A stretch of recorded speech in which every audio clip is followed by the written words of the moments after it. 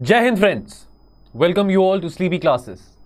दोस्तों आज है 18 मई और आज के एडिटोरियल डिस्कशन में दोस्तों हम 3 इंपॉर्टेंट एडिटोरियल्स डिस्कस करेंगे। तो दोस्तों आज हम डिस्कस करेंगे एक आर्टिकल हिंदुस्तान टाइम्स में से। ये आर्टिकल है इश्यूज रिलेटेड टू अर्बनाइजेशन। तो हम गर्मी बढ़ रही है, हीट वेव के बारे में काफ़ी न्यूज़ में पढ़ते रहते हैं। कोई ऐसा शहर तो नहीं है इंडिया में, नॉर्थ में, साउथ में, ईस्ट में, वेस्ट में, जहाँ पे तापमान 45 डिग्री से ज़्यादा ना हो। ठीक है, आज के टाइम पे तो अगर हिमाचल प्रदेश की भी हम बात करें तो वहाँ पे भी गर्मी बहुत बढ़ रही है। तो राहत कहीं से नहीं मिल रही है। उम्मीद कर रहे हैं कि चलो बारिश आए। अभी न्यूज़ में आ रहा था कि नॉर्थ ईस्ट में कुछ जगहों पे बारिश पड़ने की काफ़ी ज़्यादा संभावना है, असम में, मेघालय में। चलो लेकिन अभी गर्मी से कैसे लड़ा जाए? बिकॉज देखिए अब गर्मी तो हर साल बढ़ रही है ना। 45-46 डिग्रीज एक नया नॉर्मल बन रहा है। जो आज से 20 साल पहले बहुत ज़्यादा गर्मी हम कहते थे, आज के टाइम में तो नॉर्मल है कि जिस दिन 40 डिग्रीज या 39 डिग्रीज होता है हमको लगता है कि चलो आज थोड़ा मौसम प्लेजेंट है। तो गर्मी से कैसे लड़ा जाए? अब देखो, कुदरत से तो नहीं लड़ सकते हैं, लेकिन पेड़ पौधे लगाने से ज़रूर हमको राहत मिल सकती है। खास करके अगर हम सोचें उन लोगों का जो कि इतनी गर्मी में काम करते हैं, जो आपके पार्किंग वाले भैया हो गए, आपके जो सोसाइटी के सिक्योरिटी गार्ड हो गए, ठीक है, जो वेस्ट पिकर्स हैं, जो कंस्ट्रक्शन वर्कर्स हैं। तो ये सब बातें हम डिस्कस करेंगे इस आर्टिकल में कि कैसे उनको राहत पहुंचाई जा सकती है। फिर दोस्तों एक आर्टिकल शशि थरूर जी ने लिखा है, इंटरनेशनल रिलेशन से संबंधित है। वैसे ये आर्टिकल चलो आईआर से तो संबंधित है, लेकिन इसको आप यूज कर सकते हैं एसए में भी। तो अगर आपको ये जो आर्टिकल है, यहाँ पे कोऑपरेशन की बात की जा रही है, ठीक है, कैसे हम अपनी ग्लोबल कोऑपरेशन को बढ़ा सकते हैं, ग्लोबल कन्फ्लिक्ट्स को मिनिमाइज करके ग्लोबल कोऑपरेशन को बढ़ाने की बातचीत करी गई है। काफी देखिए hi fi word Shashi Tharoor use करते हैं, कई बार नई बात समझ आती है, सिर के ऊपर से चली जाती है वो बात। लेकिन चलो हम इसको बिल्कुल सिंपल टर्म में समझेंगे कि जो मल्टीलेटरलिज्म का सिग्निफिकेंस क्या है, ग्लोबल कोऑपरेशन का सिग्निफिकेंस क्या है, ये सब बातें हम इस आर्टिकल में समझेंगे।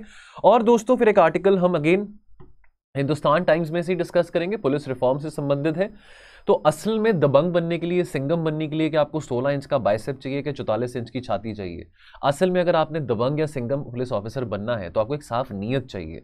साफ नीयत चाहिए ताकि आप आवाज़ उठा सके लोगों के लिए, चाहे उसके लिए आपको अपने पॉलिटिकल मास्टर्स के साथ भी लड़ाई करनी पड़े, बहस करनी पड़े। तो हम देखते हैं आमतौर पे पॉलिटिक्स का जो इंटरफेरेंस होता है पुलिस में कितना ज़्यादा होता है, मूवीज़ में भी देखते हैं, रियल लाइफ में भी देखते हैं। तो ये सब बातें हम डिस्कस करेंगे। बाकी दोस्तों थोड़ा सा आपको बताना चाहता हूँ कि हमारी 15 इंपॉर्टेंट टॉपिक्स की रिवीजन सीरीज चल रही है। तो आई एम अज्यूमिंग अगर आप देखिए, अगर आप पहली बार ये वीडियो देख रहे हैं या अगर आपको नहीं पता है इसके बारे, तो आपको मैं बता रहा हूँ कि 15 इंपॉर्टेंट टॉपिक्स जो हैं बहुत इंपॉर्टेंट टॉपिक्स रहेंगे आपके 2022 के प्रीलिम्स के लिए।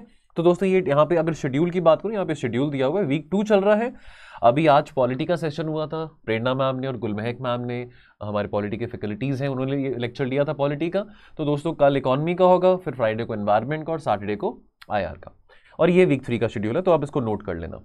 चलिए दोस्तों, to survive heat waves we need a moratorium on cutting down trees. Moratorium यानी कि पेड़ पौधों को काटने के लिए बिल्कुल सख्त एक बैन लगा देना कि भी बिल्कुल पेड़ पौधे नहीं काटने हैं। या चलो अब ठीक है, प्रैक्टिकली डिफॉरेस्टेशन अगर होती भी है, आपने सड़कें बनानी है, हाईवेज बनाने, तो कंपनसेट करने के लिए कहीं आप, और अगर आप 4 पेड़ कहीं काट रहे हैं तो आप 10 पेड़ कहीं और उगा दीजिए। एफॉरेस्टेशन की बात वहां पे आ जाती है। तो राहत तो कहीं मिल नहीं रही। इंडिया लिटरली आज के टाइम पे ऐसा लग रहा है कि इंडिया लिटरली मेल्ट कर रहा है। देखिए पानी नहीं है पीने को, बिजली नहीं है, सारे तरह के जो क्राइसिस हैं वो हमको गर्मियों में देखने को मिलते हैं। लेकिन मरता कौन है? गर्मी हो या सर्दी हो, गरीब इंसान मरता है।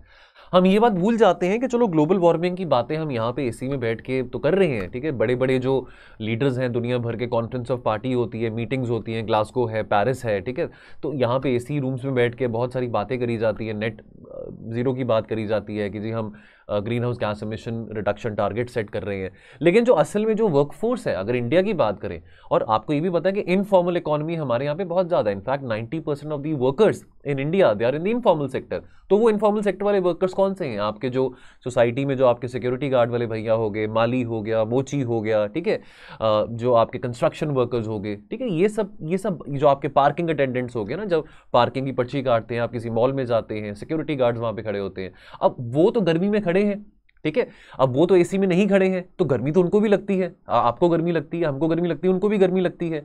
और डेफिनेटली इससे फर्क आपकी प्रोडक्टिविटी में भी आता है। तो बहुत जरूरी है कि उनके लिए हम कोई सोल्यूशन ढूंढे। देखिए यहाँ पे 80% of the workforce in urban India is informal और 90% इन रूरल इंडिया। अब जो किसान भाई है हमारे, जो हमारे किसान भाई बहन हैं, तो गर्मी तो उनके लिए भी है ना। चलो लेकिन आमतौर पे देखा जाता है कि रूरल एरियाज में थोड़ा मौसम ठीक रहता है, कि वहां पे हरियाली बहुत है, पेड़ पौधे बहुत है, लेकिन गर्मी तो गर्मी है। अब कैसे अब क्या कंसर्न्स यहाँ पे सामने आते हैं? देखिए अब अर्बन स्लम्स की बात करें, अगर हम देखिए माइग्रेंट्स की बात करें, जो लोग अपने गांव को छोड़ के टियर 3 टियर 4 सिटीज में से बड़े बड़े शहरों में आते हैं, वो कहाँ पे रहते हैं?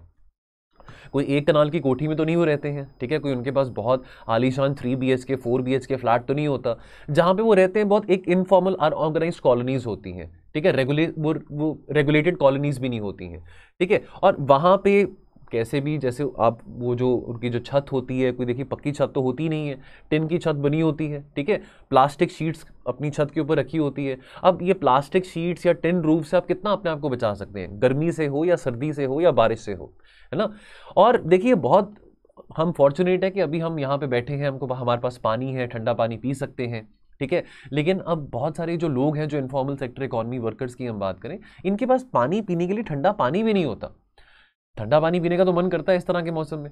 अब लांसेट की स्टडी ये बताती है कि जो डेथ्स है from the heat in India वो अब राउंड अबाउट 84,000 पर एनम हो रही है। यानी कि लगभग आने वाले टाइम में हम ये भी देख सकते हैं कि लाख, सवा लाख, 1.5 लाख, 2 लाख, क्योंकि गर्मी तो बढ़ती रहेगी ना। ऐसा तो नहीं होगा अगले साल अप्रैल या मई में 30 डिग्री टेम्परेचर हो जाएगा गर्मियों में। अभी भी देख लीजिए मार्च में ही 40 डिग्री से ज्यादा टेम्परेचर होने शुरू हो गए थे। तो ये प्रॉब्लम आ रही है। चलो वो ज्योग्राफी की बातें और है कि हम एल नीनो ला नीनो की बातें करते हैं, लेकिन एक कॉमन एक ले मैन को आप क्या समझाएंगे जी, एल नीनो है, ला नीनो है, ये तो उनको नहीं समझ आएगा, है ना।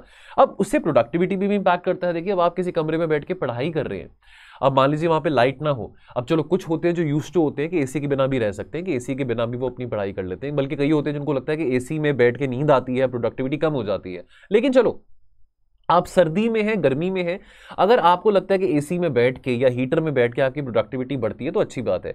लेकिन बाहर इतनी धूप में प्रोडक्टिविटी कैसे बढ़ेगी, आप इतनी धूप में कैसे काम कर पाएंगे। तो यहां पे ये सवाल उठता है। एक मैकिन्सी रिपोर्ट ये बताती है कि दैट बाय 2030 जो प्रोडक्टिविटी है वो इतनी कम हो जाएगी कि ये हमारी इकोनॉमी को 150 से 250 बिलियन डॉलर्स का हमको रिस्क हो सकता है, कि हमारी इकोनॉमी में जो जीडीपी है वो इतनी श्रिंक कर सकती है because of this rising heat waves. और क्योंकि देखिए 80 to 90% जो कंट्रीब्यूशन हमारी इकोनॉमी में इनफॉर्मल सेक्टर वर्कर्स करते हैं। सड़कें नहीं बनेंगी, अगर देखिए हाईवेज नहीं बनेंगे तो क्या सरकार तो बजट निकालती रहती है ना। सरकार ने तो देखिए बजट निकाला इंफ्रास्ट्रक्चर के लिए। अब इंफ्रास्ट्रक्चर क्रिएशन है, सड़कें बन रही है, मॉल्स बन रहे हैं, सब कुछ हो रहा है, कौन बना रहा है? आप और मैं तो नहीं बना रहे हैं। जो मजदूर भाई लोग हैं जो वहां पे दिन रात एक करके वो बना रहे हैं, वो कैसे बना पाएंगे? इतनी गर्मी में कैसे उनके लिए पॉसिबल होगा बनाना? तो इस करके हमारे इंफ्रास्ट्रक्चर को भी पुश करने के लिए बहुत जरूरी है कि हम इन वर्कर्स का भी खास ख्याल रखें, और कैसे हीट वेव से लड़ा जा सकता है उसका भी हम ध्यान रखें। आईएलओ क्या कहता है?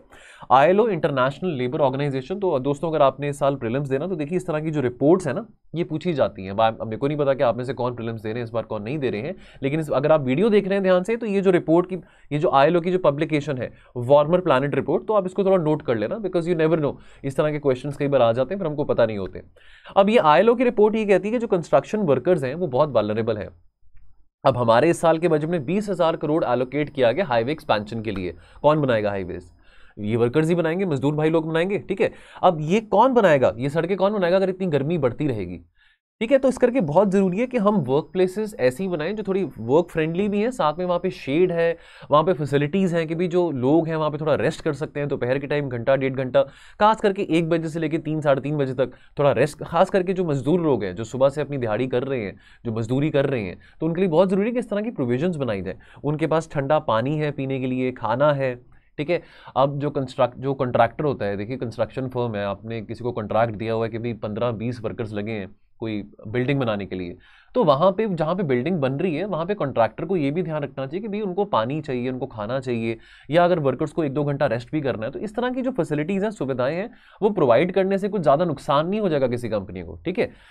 तो वे फॉरवर्ड देखिए सबसे अच्छी बात तो है डिसेंट हाउसिंग प्रोवाइड करना, एक परमानेंट हाउसिंग देना। तो हमारे यहाँ पे चलो बहुत सारी अब स्कीम्स है, प्रधानमंत्री आवास योजना की बात करते हैं, रूरल प्रधानमंत्री आवास योजना, अर्बन। अब देखिए अब डिसेंट हाउसिंग की जहाँ पे बात हो रही है तो वहाँ पे इस तरह की इमेजेस भी हम टीवी पे देखते हैं, है ना। इस तरह की इमेजेस आती हैं जहाँ पे हमको ये दिख रहा है कि जी जो हमारे बिल्डिंग, जो हमारे घर हैं, ठीक है, जहांगीरपुरी की बात करें, खास करके आप जो डेमोलिशन ड्राइव अभी रिसेंटली देख रहे हैं तो वो काफ़ी डिस्टर्बिंग है। इस तरह की चीज़ें देखने को बहुत डिस्टर्बिंग लगती हैं। एक तरफ हम डिसेंट हाउसिंग की बात करते हैं, दूसरी तरफ हम बुलडोजर पॉलिटिक्स भी खेलते हैं, ठीक है। तो जो सरकारी हाउसिंग स्कीम्स हैं they are struggling to provide more of the poor with pucca houses. तो ये जो इंटरिम मेजर्स हैं, जो टेम्पररी मेजर्स हैं, वो बहुत बहुत जरूरी हैं। हाउसिंग फॉर एवरीवन जो है which includes the poor must be designed to be cooler, ठीक है। Cities obviously they have to increase their green cover, उनको ग्रीन कवर को एक्सपैंड करने की बहुत ज़रूरत है।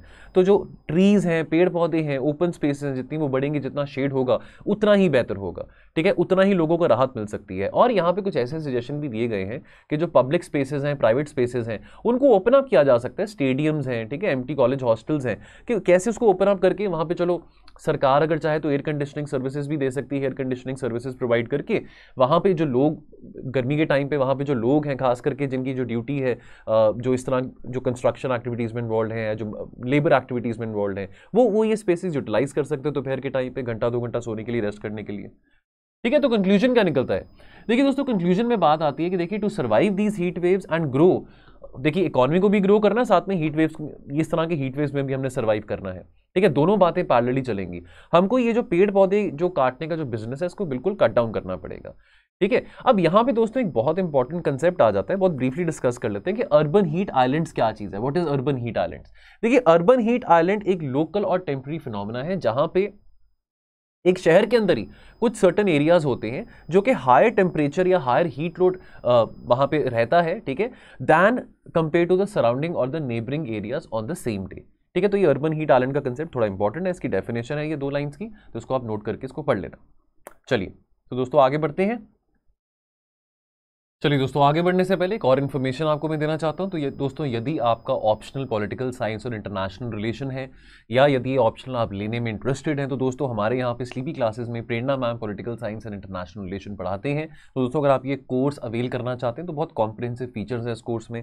आपको वीडियो लेक्चर्स रहेंगे इस कोर्स में प्रोवाइडेड, पीडीएफ्स भी साथ में मिलेंगी, टेस्ट रहेंगे, टेस्ट को आपको पीरियोडिकली इवैल्यूएट भी किया जाएगा, जो टेस्ट में जो क्वेश्चंस पूछे जाएंगे उसके आपको वीडियो सॉल्यूशंस और मॉडल आंसर्स भी प्रोवाइडेड रहेंगे। स्पेशल फीचर ये भी कि इसमें आपको पर्सनल मेंटरशिप मिलेगी प्रेरणा मैम के साथ, तो 1-on-1 आपको पर्सनल मेंटरशिप और टेलीग्राम ग्रुप इसमें बना रहेगा। तो दोस्तों अगर आपने इस कोर्स को अवेल करना है तो इस दिए गए नंबर पे आप कॉल करके इसको अवेल कर सकते हैं, इसके बारे और इन्फॉर्मेशन ले सकते हैं, या हमारी वेबसाइट पे विजिट करके भी इसके बारे और जानकारी ले सकते हैं। चलिए सो दोस्तों, अगला जो आर्टिकल है शशि थरूर जी का, ये हम डिस्कस करते हैं, the world must live and work together again. यहाँ पे बात करी गई है कॉस्मोपॉलिटिज्म के बारे, ठीक है, जिसको हम कहते हैं, जैसे हम वासुदेव कुटुंबकम कहते हैं, the world is all but one family. पर ऐसा अभी देखने को क्यों नहीं मिल रहा? अभी देखिए, हम बात करते थे कि पैंडेमिक से सारी कंट्रीज अभी बाहर निकल रही हैं। अब जैसे पैंडेमिक का थोड़ा सा लगा कि चलो खतरा थोड़ा कम हो रहा है, खतरा जो मंडरा रहा था वो थोड़ा सा लगता है कि चलो अब सेफ्टी आ रही है, तो उसी टाइम पे हम देखते हैं फरवरी में रशिया यूक्रेन की लड़ाई शुरू हो जाती है। तो पैंडेमिक हो या रशिया यूक्रेन की लड़ाई हो, इससे दुनिया को, ह्यूमैनिटी को क्या मिलने वाला है? कुछ भला होने वाला है। चलो यहाँ पे पैंडेमिक एक ऐसा मौका था जहाँ पे हम ग्लोबल कोऑपरेशन और बढ़ा सकते थे, ना कि अपना ग्लोबल कंपटीशन बढ़ा सकते थे। लेकिन उसके चलते भी हमने देखी, पैंडेमिक के टाइम पे भी देखा वैक्सीन नेशनलिज्म का कंसेप्ट हमने देखा कि हर एक देश बहुत इस रेस में था कि पहले मैं अपनी आबादी को पहले वैक्सीनेट कर लूं, बाद में देखेंगे अफ्रीका का क्या करना है, अर्जेंटीना का क्या करना है, इंडो पैसिफिक का क्या करना है, पहले हम अपने लोगों को वैक्सीनेट कर लेते हैं, इससे पहले कोरोना का कोई और बहुत भयंकर वेव आता है। तो ग्लोबल कोऑपरेशन कहाँ गई? 1990 में तो ये जो बड़े बड़े देश हैं, अमेरिका, यूके, इन्होंने तो हमको बहुत बड़ा पार्ट समझाया था, बहुत बड़े लेसन्स दिए थे ग्लोबलाइजेशन को लेके, कि देखो अपनी अपनी जो कनेक्टिविटी है बढ़ाओ, इंटरकनेक्टेडनेस बढ़ाओ, ट्रेड बढ़ाओ, ट्रेड डिपेंडेंसी एक दूसरे के साथ और इंक्रीज करो, ट्रेड इंटीग्रेशन एक दूसरे के साथ और इंक्रीज करो। तो अगर ट्रेड इंटीग्रेशन इतने सालों से हम इंक्रीज कर रहे हैं, पिछले 4 डेकेड से, अगर हम पिछले 40 सालों से अगर हम देखें तो ग्लोबलाइजेशन कितना सक्सेसफुल रहा है, तो लेकिन जब मुसीबत आती है तो ग्लोबलाइजेशन के मॉडल्स फेल क्यों हो जाते हैं? अब देखिए, पहली तो बात यहाँ पे ये समझिए कि ग्लोबलाइजेशन को लेके भी लोग काफी देखिए अपने अपने व्यूज प्रकट करते हैं।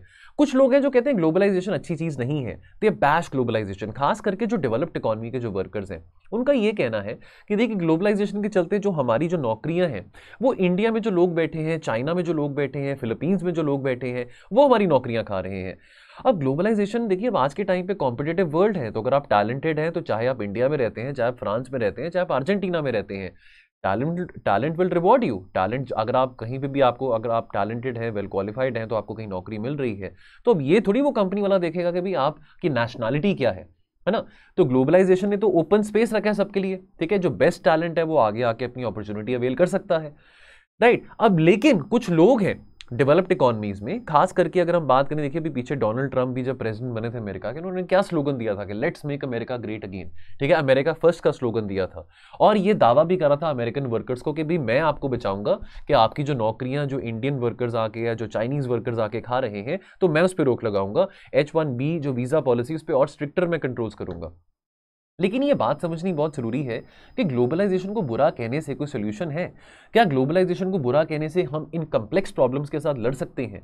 तो ग्लोबलाइजेशन बुरी चीज है कि अच्छी चीज है, ये डिबेट तो बहुत ओपन है। हमने बहुत बार एडिटोरियल्स में भी इसको लेकर डिस्कशन करा है कि ग्लोबलाइजेशन, डी ग्लोबलाइजेशन, क्या ग्लोबलाइजेशन इज अ मिथ और de globalisation is a myth, right? So but ठीक है, चैलेंजेस हैं। इनइक्वालिटी डेवलप्ड इकोनॉमीज में भी बहुत बढ़ रही है। डेवलपिंग कंट्रीज में तो इनइक्वालिटी है ही है, लेकिन डेवलप्ड इकोनॉमीज में भी है। लेकिन अब उसका मतलब ये नहीं है कि ग्लोबलाइजेशन को बैश करना शुरू कर दें, ठीक है? तो चाहे वो इकोनॉमिक ग्लोबलाइजेशन हो, चाहे वो कल्चरल ग्लोबलाइजेशन हो। अब अगर हम पॉलिटिकल अपॉर्चुनिटी की बात करें तो ये जो बैशिंग चलती है ग्लोबलाइजेशन को लेके, तो अब इसका फायदा बहुत सारे पॉलिटिशियंस भी उठाते हैं। एक देखिए, अब डोनाल्ड ट्रंप है, बोल्सोनारो है, ठीक है, रेसेप अर्दोगन है जो टर्की के जो हेड ऑफ द स्टेट है, ठीक है। अब इस तरह के जो लीडर्स हैं, ये जो अल्फा मेल जो लीडर्स होते हैं, जो अल्फा कैटेगरी के जो लीडर्स हैं, अब ये बहुत ज्यादा हार्ड कोर नेशनलिस्ट हैं, ठीक है। अब ये हार्ड कोर नेशनलिस्ट होना, अब देखिए नेशनल इंटरेस्ट जहां पे आता है, नेशनल इंटरेस्ट आना भी चाहिए, बुरी बात नहीं है, लेकिन कहीं ना कहीं नेशनल इंटरेस्ट को अगर हम इतना एम्फेसिस दें कि हम ह्यूमैनिटी को पीछे छोड़ दें या ग्लोबल कोऑपरेशन को हम पीछे छोड़ दें, तो वो बात भी सही नहीं है।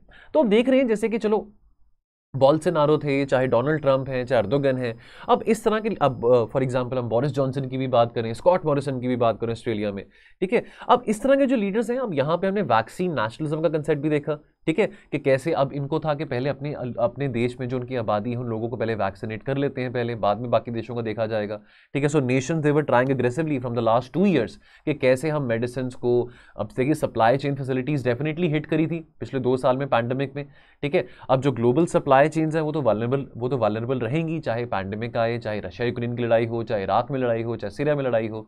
तो यहाँ पे क्या ग्लोबल कम्युनिटी का फर्ज नहीं बनता? ग्लोबल गवर्नेंस की यहाँ पे बात आती है कि ग्लोबल गवर्नेंस को यहाँ पे स्ट्रांग होने की जरूरत नहीं है क्या?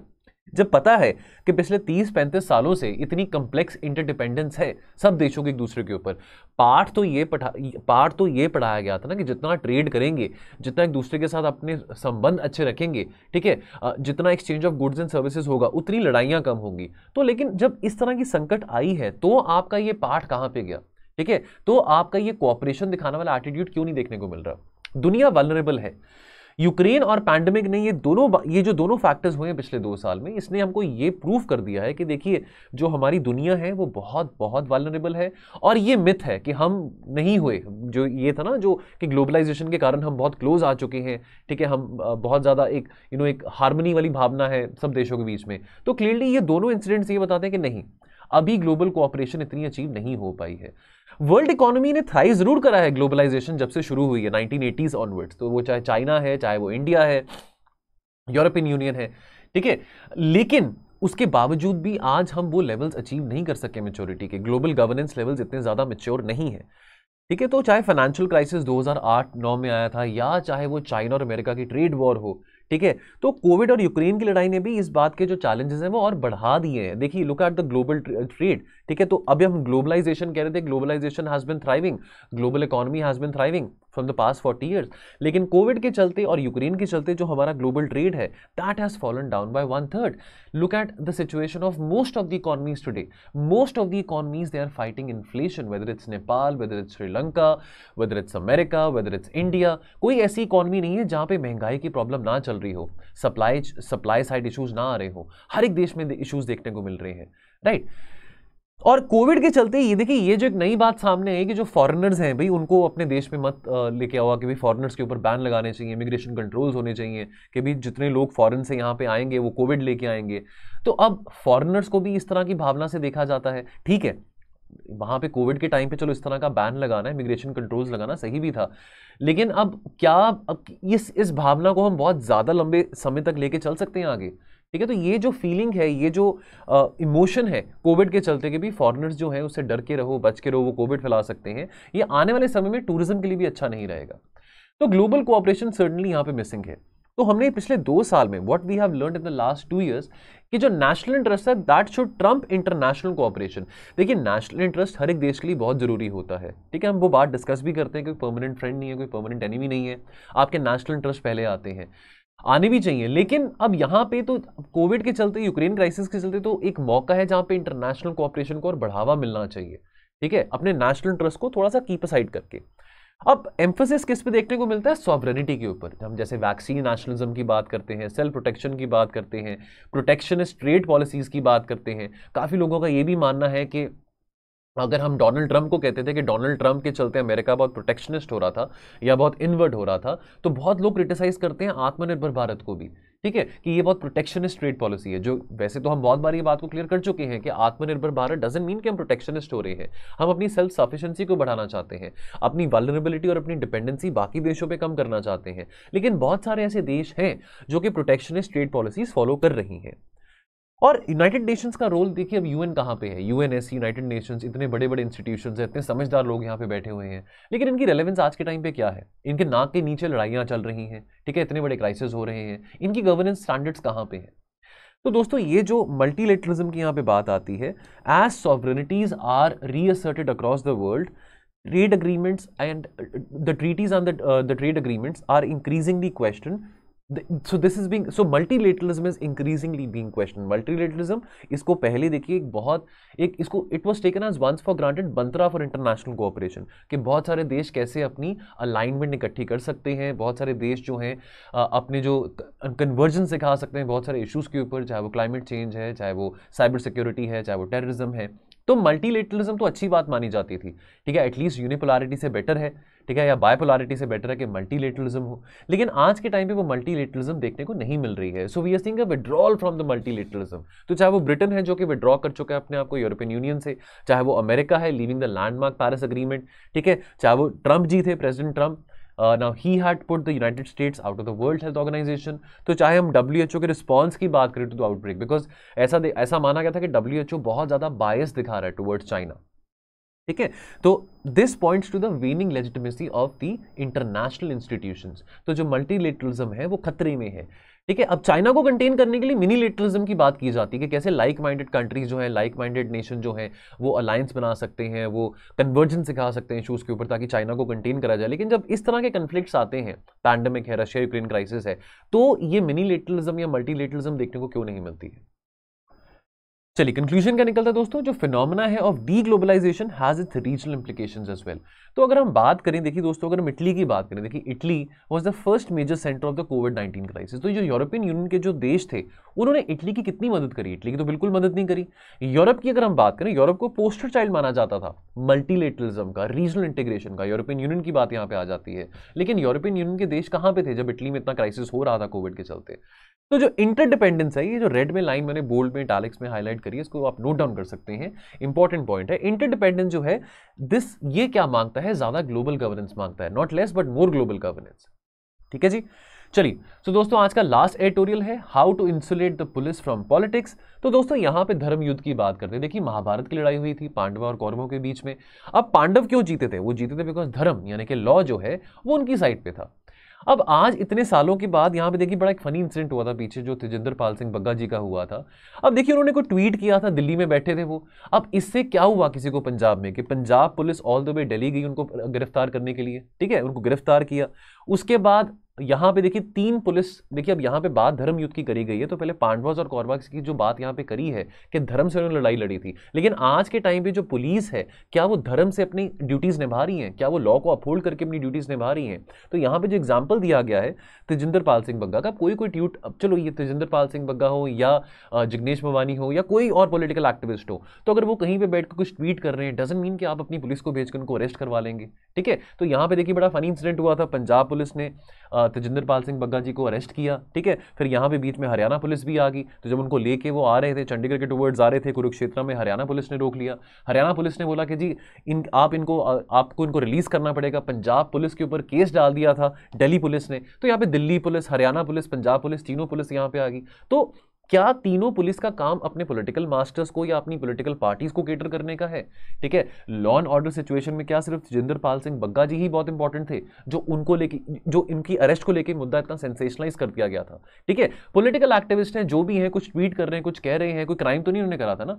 तो चाहे आपकी पॉलिटिकल आइडियोलॉजी जो मर्जी हो, लेकिन पुलिस को इस तरह के कामों के लिए इस्तेमाल करना अच्छी बात नहीं है। अब थिएटर ऑफ अब्सर्डिटी की बात करें, कुछ ऐसा काम असम में देखने को मिला था। असम पुलिस ने जो एमएलए हैं गुजरात के जिग्नेश मेवानी, उनको अरेस्ट किया था। उन्होंने कुछ ट्वीट किया था जिसके चलते असम में कोई बैठा जिसको बहुत, देखिए अब कोई ना कोई लीडर था, कोई ना कोई पॉलिटिकल पार्टी में से जिसको बात अच्छी नहीं लगी जो जिग्नेश मेवानी ने ट्वीट करी थी। तो अब वो बात नहीं हम डिस्कस करें जिग्नेश मेवानी ने या तजिंदर पाल बग्गा ने क्या ट्वीट किया था। बात यहाँ पे ये आती है कि पुलिस को क्या इसी कामों के लिए इस्तेमाल करना चाहिए? ठीक है, और कोई काम नहीं है पुलिस के पास, और कोई सीरियस काम पुलिस के पास नहीं है। ठीक है, तो अब जो पुलिस ऑफिसर्स हैं जो कि इस तरह के एक्टिविटीज में इन्वॉल्व होते हैं, वो आवाज क्यों नहीं उठाते? Why don't they defy the political masters के भी इस तरह का काम हमसे क्यों करवा रहे हो आप? ये कोई बहुत सीरियस क्राइम तो नहीं है। ठीक है ना, सुप्रीम कोर्ट के जो ऑर्डर्स हैं, देखिए सुप्रीम कोर्ट ने सेडिशन के इंप्लीमेंटेशन के ऊपर भी थोड़ा सा भी होल्ड कर दिया है कि अभी जो सेडिशन का कानून है वो अभी अप्लाई नहीं किया जाएगा, अभी इंप्लीमेंट नहीं किया जाएगा। तो that is a very welcome move.